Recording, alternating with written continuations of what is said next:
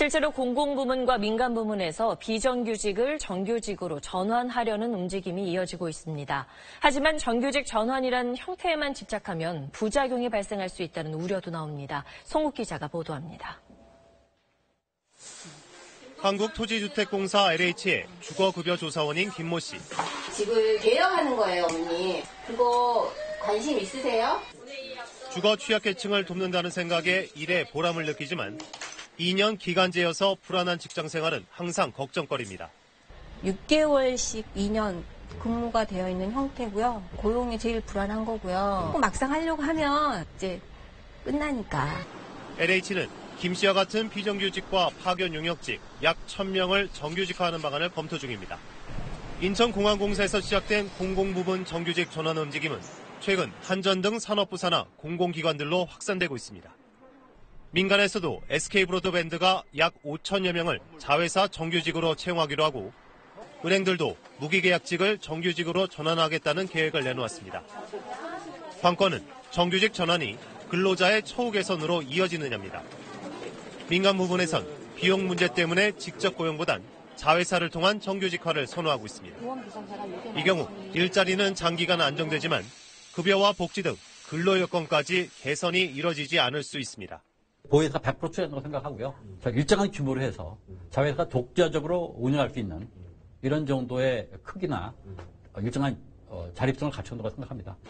또 정규직 전환이 자칫 신규 채용 감소로 이어질 수 있는데 이런 부작용을 어떻게 막느냐도 숙제입니다. 네, 송욱 기자, 이 정규직화와 관련해서 논란도 있죠. 먼저 대상이 되는 비정규직 규모에 대해서 회사 측과 노동계 입장이 좀 다르죠.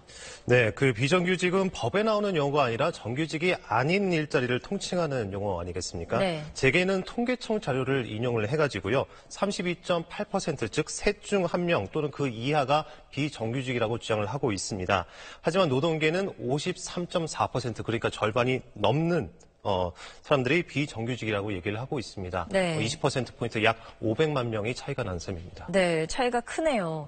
그럼 비정규직으로 볼 수도 있고 아닐 수도 있는 이 500만 명의 근무 형태는 어떤 건가요? 네, 그 여러 가지 근무의 형태가 있는데 이제 그 재계와 노동계의 서로 입장이 좀 다릅니다. 우선 기간을 정하지 않고 일하는 무기계약직에 대해서 재계는 정규직이다 이렇게 주장을 하고 있고요. 하지만은 노동계는 고용은 보장되지만 임금과 복지 같은 처우가 정규직에 한참 못 미치지 않느냐. 그래서 비정규직으로 봐야 한다. 이렇게 주장을 하고 있습니다. 네. 그리고 특히 이제 사내도급 근로자에 대해서도 의견이 엇갈리고 있는데요.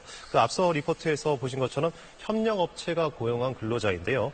그 재계에는 협력업체 정규직 아니냐, 정규직으로 봐야 한다. 이렇게 주장을 하고 있고요. 노동계는 그 원청에 가서 일하는, 자기 소속이 아닌 원청에 가서 일하는 비정규직으로 봐야 한다. 이렇게 주장을 하고 있습니다. 네. 결국 정규직화하려면 역시 재원 문제가 가장 크겠죠.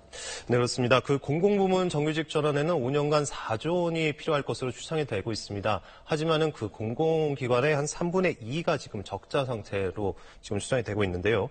공공서비스 요금 인상이나 증세를 통한 재원 투입이 좀 불가피하다 이런 얘기가 나오고 있습니다. 또 비정규직이 일정 비율을 넘는 대기업에 대해서는요. 그 고용 부담금을 부과해서 재원을 마련하는 방안도 검토가 되고 있습니다. 네, 잘 들었습니다.